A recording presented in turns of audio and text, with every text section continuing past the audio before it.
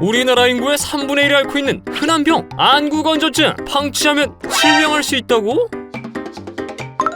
안녕하세요. 국내 최대 생동성 임상시험 모집 플랫폼 메디시보입니다. 안과를 찾는 분 중 대다수가 안구 건조증을 가지고 있는데요. 그럴 수밖에 없는 것도 우리나라 인구의 3분의 1이 안구 건조증을 앓고 있는 것으로 나타났기 때문이죠. 하지만 흔하게 겪다 보니 안구 건조증에 대해 가볍게 생각하시는 분들이 많으실 텐데요. 안구 건조증을 그냥 방치하면 실명 위험까지 있다는 사실 혹시 아셨나요? 오늘은 메디시보가 안구 건조증에 대한 내용과 함께 관련된 추천 시험을 알려드리도록 하겠습니다. 안구 건조증이란 눈물의 양이 부족해서 눈의 자극 증상을 느끼는 질환입니다. 우리 눈에는 세균이나 먼지 등을 씻어내주는 면역 기능과 윤활유 역할을 하는 얇은 눈물층이 있습니다. 이 눈물층은 가장 안쪽 층인 점액층과 중간층인 수성층, 가장 바깥층인 지방층으로 구성되어 있는데요. 이 세 가지 성분 중 하나라도 결핍되면 안구 건조증이 발생해 눈이 뻑뻑하고 시리며 쉽게 충혈되거나 이물감, 통증을 느끼게 됩니다. 특히 겨울에 찬바람을 쐬는 경우 눈이 시리거나 쓰리는 현상은 더욱 심해질 수 있습니다. 그렇다면 안구 건조증은 왜 생기는 걸까요? 가장 흔한 원인은 노화입니다. 나이가 들면서 노폐물이 쌓여 마이보험샘을 막아 기능장애를 유발하는 것인데요.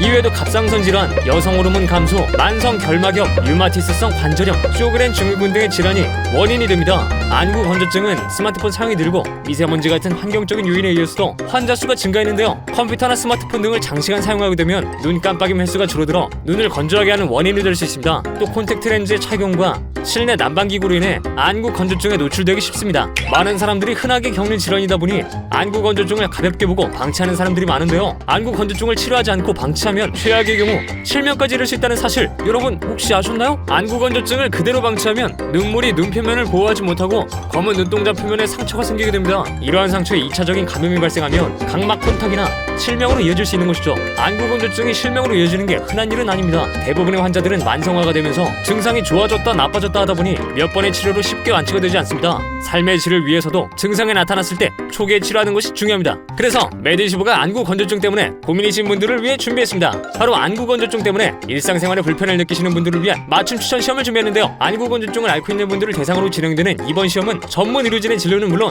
무료 신체 검사에 교통비, 참가비가 지원됩니다. 이상으로 안구 건조증 환자들을 위한 임상 시험을 소개해드렸는데요. 눈은 한번 손상되면 회복이 매우 어렵기 때문에 미리 예방, 관리하는 것이 중요합니다. 평소 눈꺼풀 마사지와 눈 깜빡임 운동으로 눈을 촉촉하게 해주면 안구 건조증을 예방하는 데 큰 도움이 됩니다. 5초에 한 번씩만 눈을 깜빡여도 충분하니 지금 당장 실천해보면 어떨까요? 지금까지 생동성 시험 참여하고 사례비도 받아가는 플랫폼 메디시보였습니다. 구독과 좋아요, 알림 설정 잊지 마시고 다음에도 더 유익한 정보로 찾아오겠습니다. 감사합니다.